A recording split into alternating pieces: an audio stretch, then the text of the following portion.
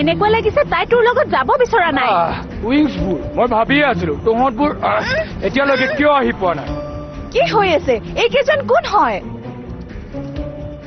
ইহঁত পৰীৰ চিকাৰী ৰক্সি আৰু তুমি সিহঁতৰ চিকাৰ কিন্তু আমি ৰখাম সিহঁতক উইংছ ইনচেন্টিক সিহঁতৰ লগত এতিয়া আৰু সময় নষ্ট হ'ব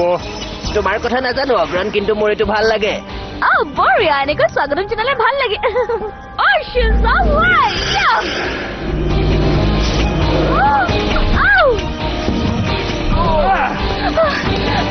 লুকাই থকা ৰক্সি এইটো দেখিবলৈ বহুত বেয়া হ'ব ড্ৰেগন ফিউৰি